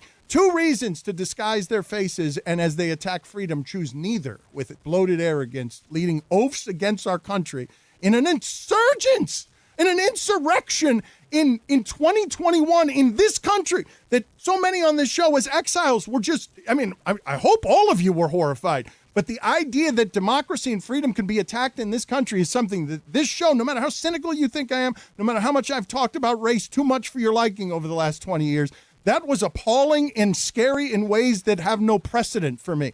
My parents, communist, the communist fear that they experienced, the borrowed pain I have because they ran through the streets chased with chains, because I never knew what that looked like. That was here in the middle of our country, and it was horrifying to me beyond words. I know many of you were horrified, and certainly it took that for the leadership in this country to finally get the Republicans finally started leading on this front. But I got to think, Mike, that you as a fellow exile have also viewed that through the prism of some of where it is that I've seen some of that stuff. I'm with you. Bieniemy should be a head coach somewhere. This is the Dan Le Batard Show with the Stugotz podcast.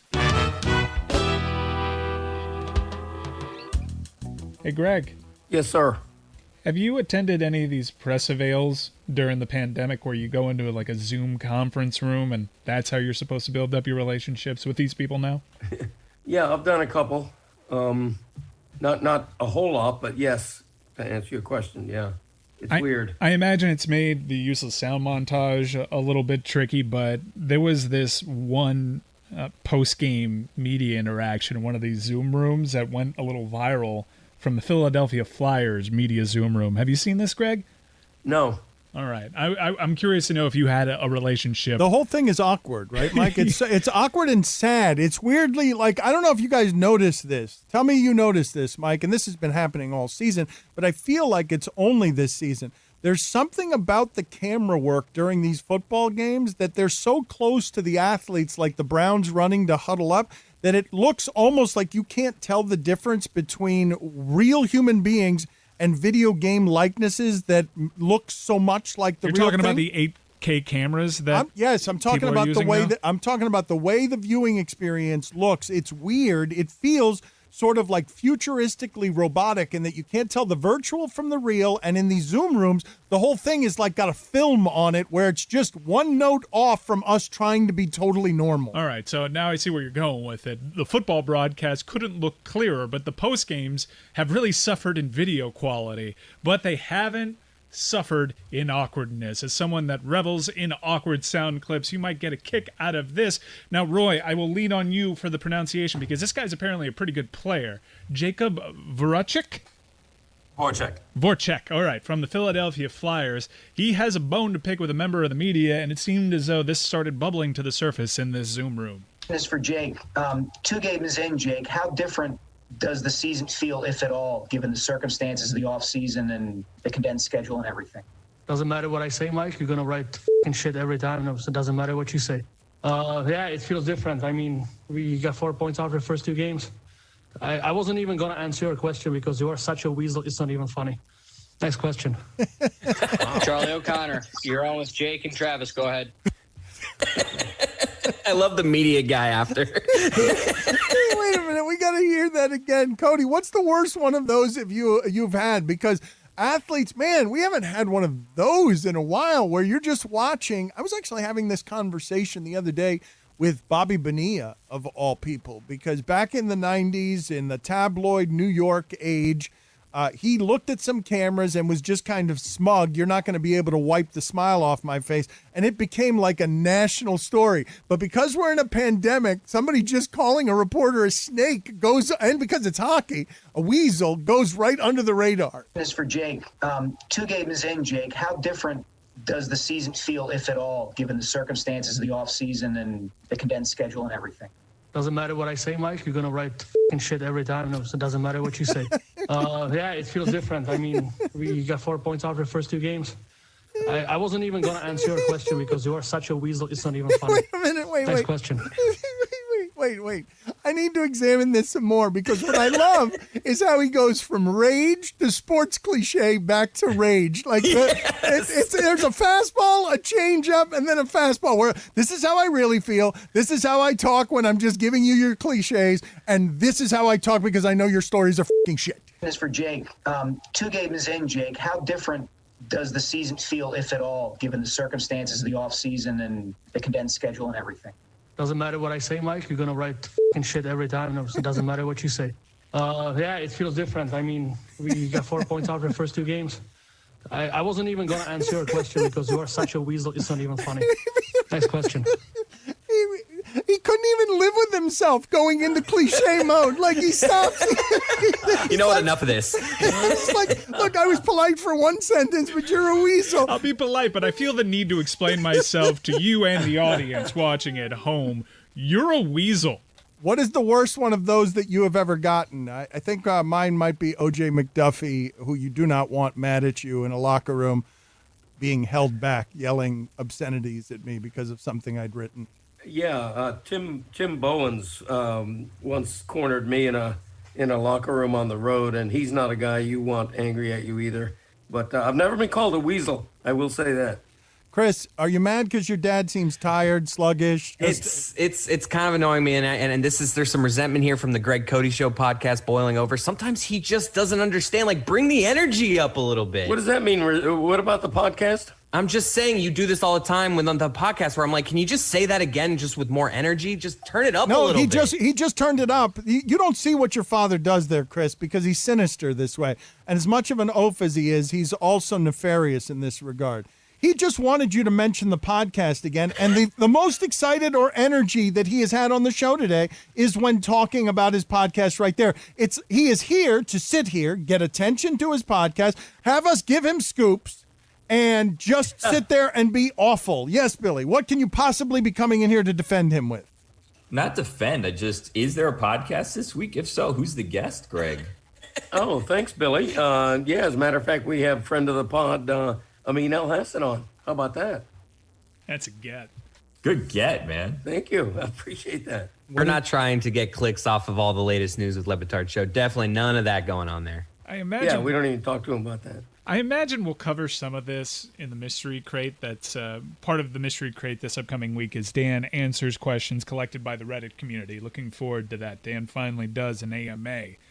But the Reddit guy is no longer the Reddit guy on Twitter because he tried to call Amin El Hassan out. Now, this was a weird story. Help me out. Okay, I want to understand what is happening here. Please take me through all of this because I look, there are a lot of things going on in our lives. Stugotz just had to leave right now. Stugotz is gritting it through some stuff at home. He will tell you about it when he feels like it. But he had to just leave, and he will be back as soon as he can. But this has been a lot on all of us for a number of different reasons. There's been a great deal of upheaval. Continue, Mike. I'm sorry. So I fell asleep very early, and I woke up to messages from some people saying, what is Amin doing on Twitter?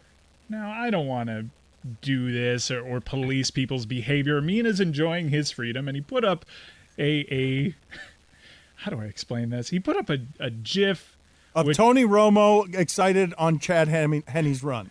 Essentially, it was a melding of a scene from Spider-Man and something kind of, well, not kind of pornographic, something pornographic, but there wasn't a penis or a private part showing up in it, but you could tell what it is when you watch it. It was debatable. Not in my taste, but whatever, man, enjoy your freedom.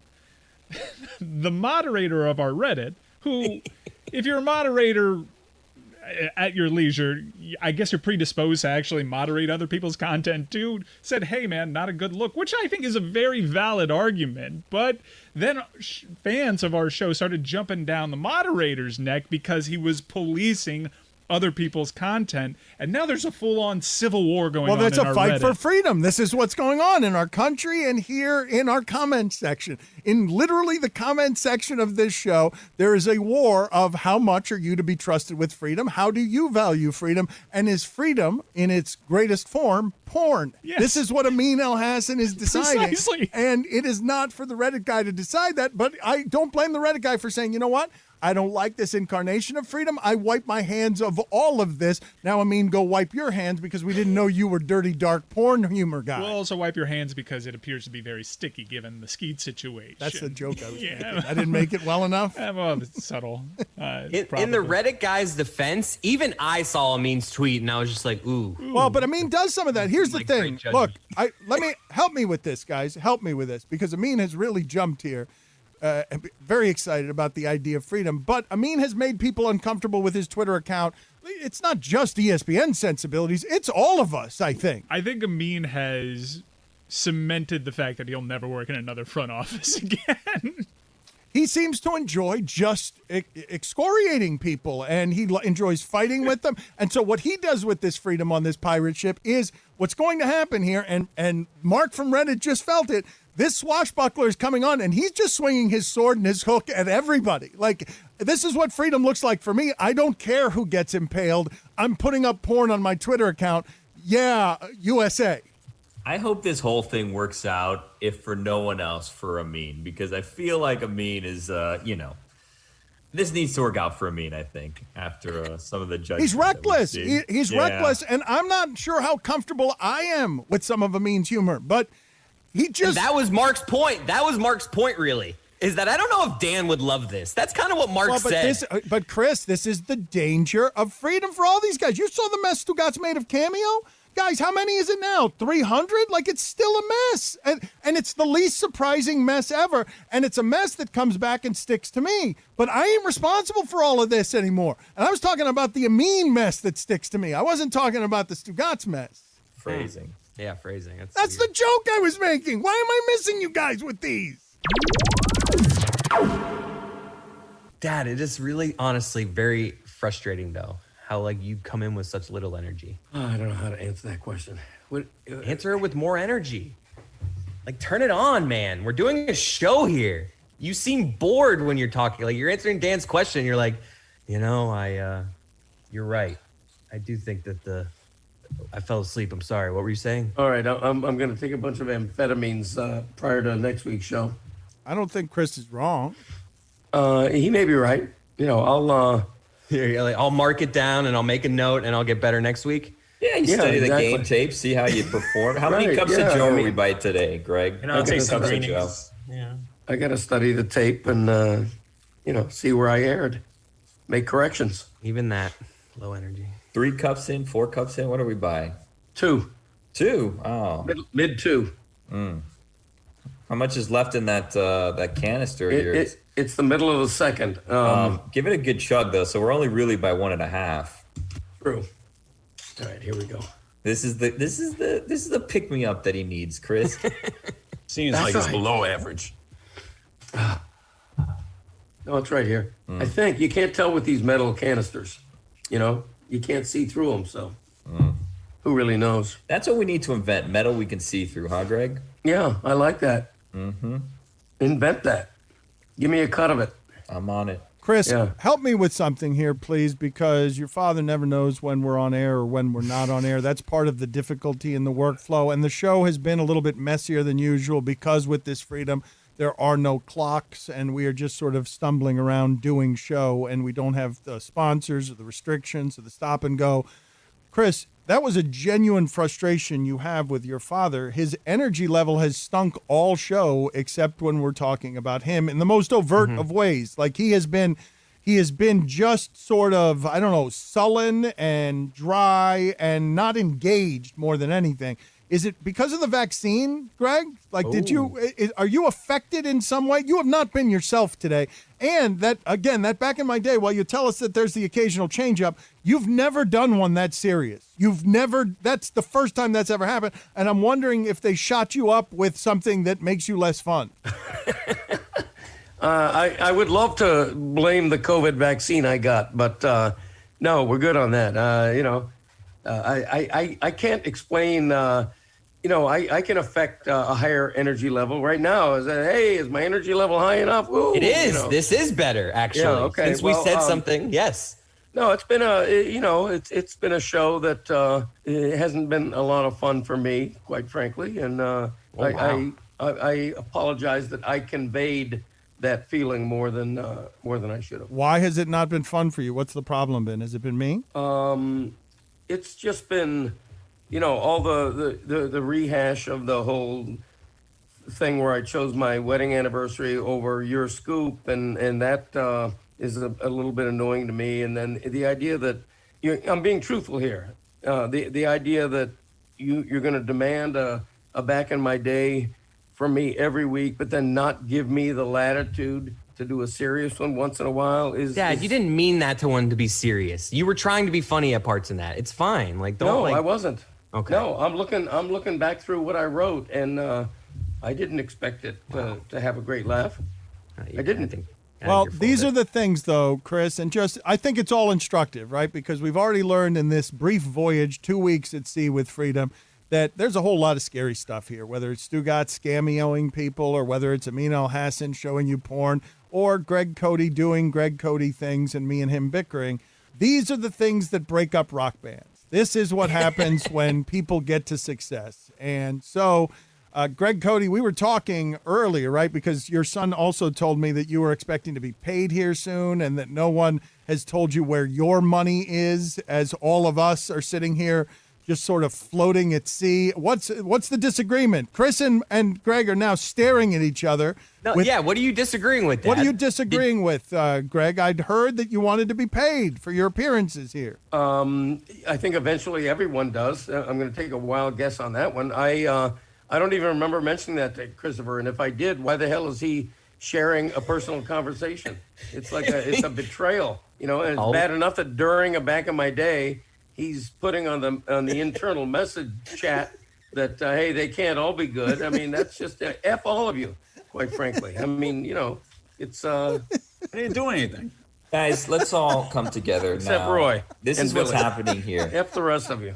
Deep sea, scary place, sharks, octopi, jellyfish. There's a lot going on, but we can't turn against each other. We can't have a mutiny.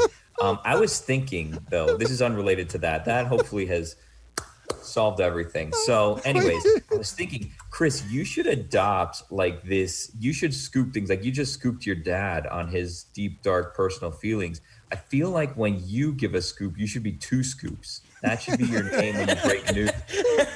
I like it. All right, hold on a second. Let me stop you guys on a couple of fronts. First of all, Roy. I don't know that we've had a happier moment than Roy getting into a very tight window with his only words of that segment and getting the most immediate apology from your father, and I'm wrong, I've ever heard, where he realized, well, Roy didn't say anything to me, and he really doesn't deserve an FU. Everyone else here can get an FU, right. But Roy has legitimately sat this out. Congratulations, Roy. I feel like in this difficult, troubled time in America, we've arrived at a unique place where the white man who comes from privilege and can't be bothered to try on his radio show, even though he's got fame for no good reason at all, that he would immediately apologize to Roy Bellamy and immediately see his error when he doesn't see any of his other errors and all this Larry David stuff that we argue about with him. You, Roy, are the reason that today we can celebrate something that feels more like racial harmony. The white man who descends from white power and whose son is the very gift of white power on this show and it's both of them a symbol of entitlement around here that supports the white power. Roy, you get a victory today, right before that White House gets fumigated for all the racial stuff that president has fomented. I salute you, Roy Bellamy, for the first ever victory over Greg Cote, where he immediately sees the error of his ways. Well, thank you, Dan, and this is a victory for America today. Thank you very much. I will say Roy and Billy consistently are the only people on this show who are pretty much always kind to me. And as for my son, start saving your money, kid, because if you think you're going to be in my will, you got another thing coming. Well, here we go. See, this is how it happens. The will joke again. Yes. The will joke. Sounds like he won't. Damn right. Oh, that's good. I didn't. Yeah, you didn't see the won't? That was good. That was good. I missed it. Good. Yeah, that was good. All right. That was really good. I actually want to get into some things here in sports with you guys because you mentioned two scoops over there. Did you guys notice? I don't even know what the commercial is for, but the hip hop group Tag Team Scoop. There it is. I marveled at that commercial. Yes, Roy. It's for Geico, Dan. Okay, I marveled at that commercial because they had to say, "Wow, Tag Team is back again." Well, this is the thing. This is the thing that the Geico commercial did, which is, I believe, the worst advertising that we've seen since Pro Bowler Brian Arakpo having to identify himself by name in one of these commercials because nobody knew who the hell he was. The joke in the Geico commercial is you don't know who the two guys, the whoop, there it is guys, you don't know what they look like or who they are, so Geico hired them and introduced them with, hey, there's Tag Team, the old hip-hop group, and one of the guys is also wearing a jacket that reads Tag Team, which is like Arakpo having his jersey on, where they have to tell you, hey, this is the celebrity endorsement we're using, we have to introduce you to them, because nobody has any idea who these two people are. The underrated thing about that commercial and what made me laugh out loud was at the end, the couple doing the kid and play dance in the corner. Like nobody's able to see them. That was funny. There were a number of sports things I wanted to get into with you today that I don't know that we're going to end up having time for, okay? LaMelo Ball seems to be actually very good. LaMelo Ball from range is distorting the game. He's shooting 37.1% on pull-up threes. That is worth noting as he has more and more range. And I saw something I haven't seen very much on shots of his where defenders were hanging their head because they're like, well, how am I supposed to guard that? Like, if he's going to make it from there, what the hell am I supposed to do? That is something you don't see a lot in young basketball players. I wanted to get into the Knicks being worth $5.42 billion, more than any franchise in the NBA. So being good and having a good owner doesn't matter. They're worth more than everybody, and by a lot. Fourth place is Brooklyn, and they're $2 billion down. So you don't have to run it well. It doesn't matter. You don't have to be smart at business. You can have a band that embarrasses you, JD in the straight shots, and none of it matters. You still will not hurt the value of your company, no matter how badly you mismanage. All those lists are always good content, and as a supporter of your franchise, you're always interested in seeing where they end up being. But it's kind of bullshit, no? How so? I think that has to do with being in New York, Madison Square Garden, all that stuff. It's bullshit, someone just trying to compute what a franchise is worth, because what a franchise is worth is what someone will pay for them. Because every single one of those lists that had what the Clippers were worth, back then nobody had $2 billion. Nobody ever actually has the selling price when these things sell. So it's good content and it gets aggregated and it's all fun, but the real worth is what someone pays for them, no? Yes, agreed. And I want to get to that, just like I want to get to Shaq of all people calling out Harden on, I mean, not seeing the irony in that. Maybe he does see the irony in that. I mean, Amin says that he's looking for the, oh no, it was Lefko. Lefko says he's always looking for the viral moment, so maybe he criticizes Harden on not caring enough with irony of knowing he's the guy who got accused of that an awful lot. I wanted to talk about the Bills. They'd be at 12 in a row if DeAndre Hopkins doesn't make that catch on a Hail Mary. 12 wins in a row. I wanted to talk about Pam Oliver, who was fighting it out in the cold, and you all thought she was drunk. I wanted to talk about Canseco. He's fighting a Barstool guy now, Billy. I would have liked to have had a chance at that. I just don't know who around here would have been willing to lure Canseco out. He's fighting an intern at Barstool. Would you have been willing to do that on behalf of the cause, Billy? Me? Absolutely not. Do you remember what Jose Canseco is known for in baseball? Did you forget? How do you think that's going to go against me? I don't know. You had that foot race where you looked very masculine. Yeah, but he weighs he claims that he himself weighs 270 pounds. I don't know where this fight is happening. Well, I think it's a Barstool thing, but I don't know what kind of testing there will be done before this fight. But I feel like Jose maybe come in a little more juiced, let's just say, for this fight than maybe I would have. Now, the Barstool intern's name is also Billy. So I actually think it'd be funny if we had our Billy, challenge somebody to a fight. How about so Billy, Ozzy? come on, pick Billy, somebody out. Billy, you want to fight Ozzy Canseco? Come on, our Billy. Fight anyone. I don't want to go outside. I don't want to fight the cold. That's why you fighting somebody. People. This would be hilarious. It'd be such a good bit. Billy, you walking out of to a ring. Billy, can you please call out Ozzy Canseco? Let's just see where it goes. Nobody will make you. Nobody will make you do it. Just make a video where you call out Ozzy Canseco because we're just going to blatantly rip off what we think is a good idea. Where Barstool, we want to get Canseco, Billy. We want a relationship with Canseco, and it doesn't matter if we have to fight him or his brother to have it. You know what happened with that, right?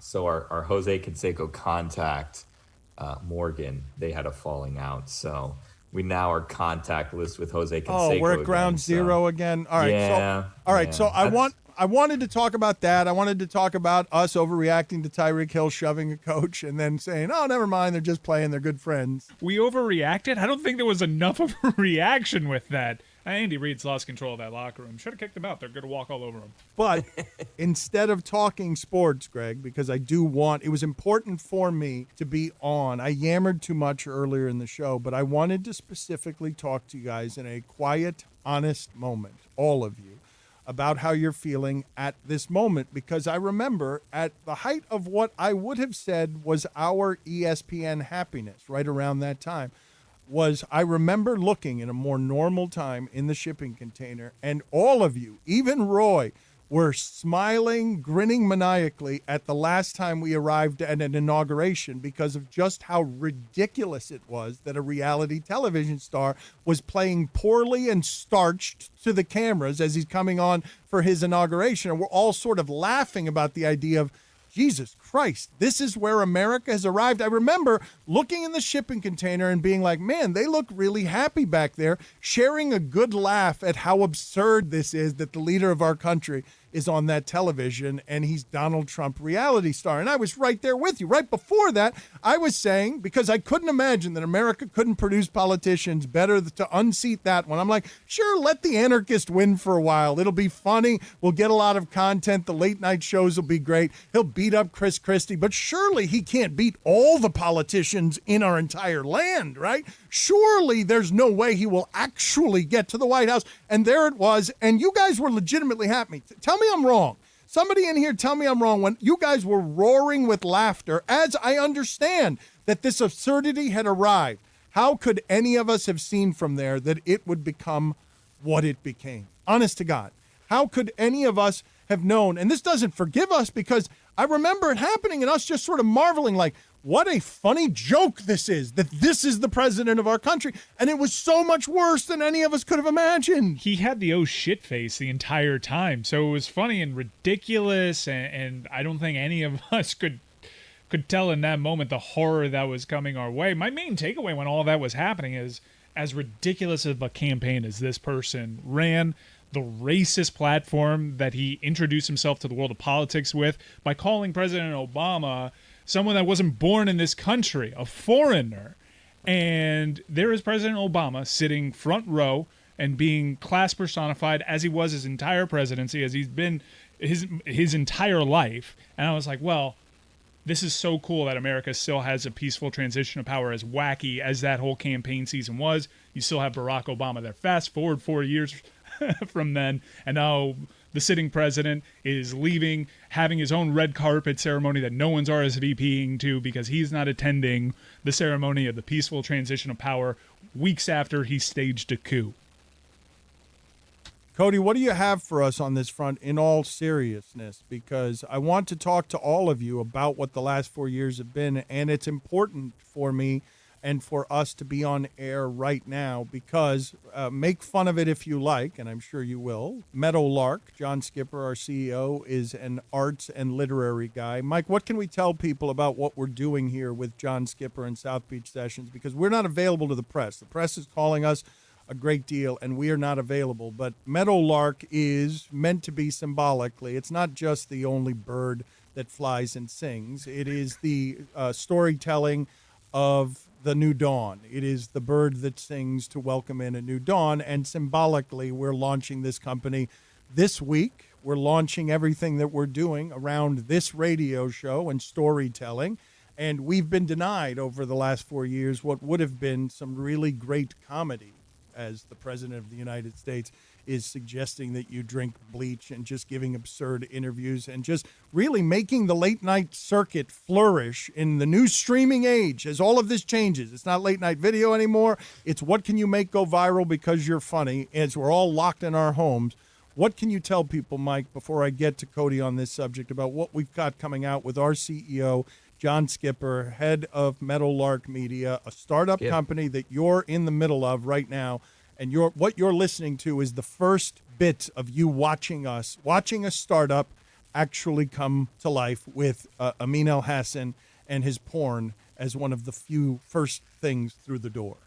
Unfortunately, I saw a press release that said John Skipper is going to be joining us on South Beach Sessions this week. Okay. And when are we releasing South Beach Sessions? Do you know? I do. It's going to be a later. We're going to throw 2 episodes at you this week, so it won't be its usual Wednesday release date. There's a lot of content that needs to be created between now and then, so we're going to have episodes 1 and 2 with John Skipper Thursday and Friday this week.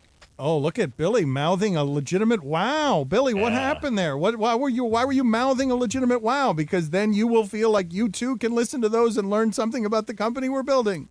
Well, I am eager to do that, but I was thinking maybe this is an opportunity if maybe, we want to bridge the gap here. Maybe Greg could get a little preview, maybe just to kind of promote it, help the things out a little bit. Is that not something we're interested in? I thought we could just tell Greg what day it's coming out, and then he could report that, what day the podcast is coming out. But that news was just broken by Mike, so we can't do that.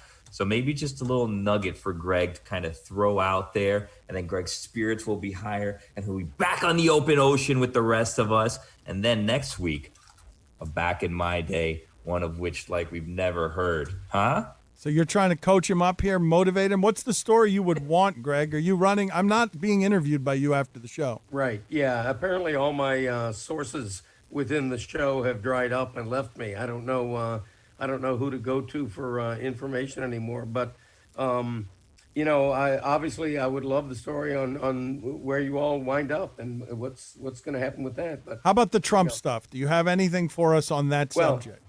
Here's the thing I remember, go back 4.5 years before the election, during all the primaries and everything. I remember the narrative was, he knows he's not going to win. He can't win. This is for building his brand and growing his financial business empire. He knows he doesn't even want to win. That was the narrative. And then he wins. And then 4 years later, we're sort of praying that that all of this anarchy leaves with him, as if Inauguration Wednesday is going to be a panacea when the light comes shining down and everything is changed and better and like it was. And it's not. I mean, because what we've seen him grow is this movement, for me, largely a lunatic movement with the QAnon and all that stuff. And it's not going to go away. It's just not. I'm terrified of the peacefulness of the inauguration tomorrow, or the opposite of that, and what lies beyond it. I think we're in for a long fight in this country, and it terrifies me. I can't tell you how unstable or uncertain those thoughts are among many people. Like, we do not know if tomorrow will be a peaceful transition of power. We don't know if something terrible is going to happen. There are going to be precautionary measures, but you have seen this has been a year of total lunacy. This has been a year of an America you have never known before. None of you have ever experienced before. None of us have ever experienced before.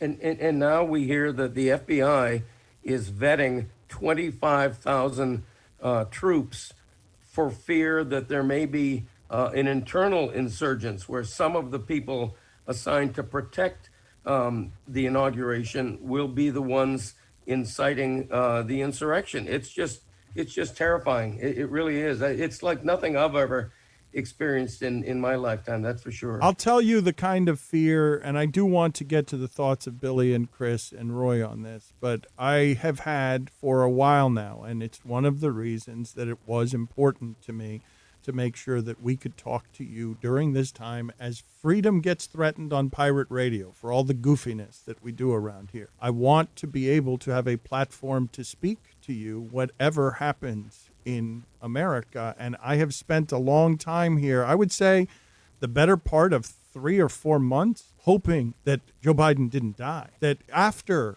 he was elected, that the virus didn't get him or that somebody else didn't get him, so that chaos wouldn't ensue, where you'd have these factions broken down by race. And now what can be done to the government system when the president of the United States is a black woman? What could happen then in terms of violence and chaos? Like, I've legitimately just been rooting for Joe Biden since he's been elected, rooting for him to just get to tomorrow alive, even though it's not bathing light, Greg. Just give us the hope of being able to pull off that ceremony without the divisions resulting in an explosion or violence. Just give us the hope of not a finish line on this stuff, because I think everyone knows that we're headed to domestic terror, that we're headed toward Americans doing bad things because their minds have been polluted by lies and brainwashed. Like the QAnon thing, I mean, you have to be far-reaching into the lunatic fringe to believe in cannibalistic, Satan-worshiping pedophiles. Like, that is, to believe a party is organizing that, you have to have had your mind rotted by the entirety of the internet and your beliefs in conspiracy. So you're not saying something. Have you guys had that fear? Have you guys had the fear of what chaos is wrought if this old man Biden, like this, I mean, honest to God, the best American can do is Biden, Sanders, and Trump? Like, how are we the greatest country in the world when all we can throw at you, the best we can throw at you is 3 guys, 3 ancient, like Biden is a political mediocrity. He's just not him. Like, he is a total political mediocrity. Well, just not him got the most votes in presidential election history. I'm most excited, not just for, if we can get past insurrection and whether or not we actually have a peaceful transfer of power, if he could just suspend that for a second and think about, man, good music's finally coming back to the inaugurations, because, look, 3 Doors Down, I'll admit, they had a couple of hits, but the inauguration was lacking diversity last go-round. It was lacking good music. We got some heavy hitters now. Timberlake, Gaga, J-Lo, Foo Fighters, and the biggest news, New Radicals are reuniting to perform Get What You Give, which was one of the biggest hits back when you were shutting down the Sandbar in the 90s in the Grove. I love that Christopher Walken was there. Billy, how do you experience the last 4 years? You have sat out. You would be our least, quote-unquote, political creature. You have had very little to say during these 4 years about anything flammable. Chris, what might be in a tie with you on that front? You're experiencing this last 4 years and tomorrow and today as what? Like, how have you felt? Never mind the pandemic and the fear. I'm just talking about the politics and the idea that we're headed toward a new dawn tomorrow. Are we going to be greeted by a meadowlark possibly tomorrow, Dan? Huh? Anyway, I was also going to say I'm looking forward to the concerts. Dan, how long has this country existed? I don't have the solutions. At least to these 47 problems. years. Yeah. I don't know what's going on. I don't know anything. I just try to get up every day and be nice. Is that a bad answer? Okay, great. So it's a great conversation, and you're glad we're having it? I don't know. I can't solve these problems. There's going to be an inauguration tomorrow. I don't know. Yes, Chris. I will say that I do remember, and Billy and I talk politics all the time on the side. It's like a big thing that we talk about. We love politics. But I remember being at work after he got, elected, and Roy was somebody taking this very seriously, and I was just kind of sitting back as somebody who's not into politics, just being like, come on, we have to find the funny in Donald Trump now being the president. And then Roy at that time was like, no, this is not funny. And in hindsight, Roy was right. I like regret how flippant I was at the beginning of this, kind of seeing the funny in all of it. Yes, but Roy was right, and there's no disputing that Roy was right. But there's also no disputing, and Roy will not dispute this, that there was also a lot of laugh out loud moments on things that, while they shouldn't have been funny, I don't know what you saw there, Roy. I don't know how you saw it that clearly. But were you in the middle of being alone laughing with us just to get along, or were you laughing because it was scary, horrifying, but also amazing and funny and ludicrous? I don't remember laughing, Dan. Not at all. Zero. Zero laughs came from my side of the production studio. Okay, well, I experienced that as the happiest time in our show's history, and in the middle of it was a brooding, sad Roy who realized that racism was coming down the pike. Yeah. I can laugh about it now, though. Absolutely hilarious. Yeah. What was the happiest time in our show's history at ESPN? Because I was going to venture to say it was Masvidal fighting Stugotz out on that little grassy knoll area there, and even that's been tainted. That turned on us too, huh? Yeah, man. God, just stick to fighting.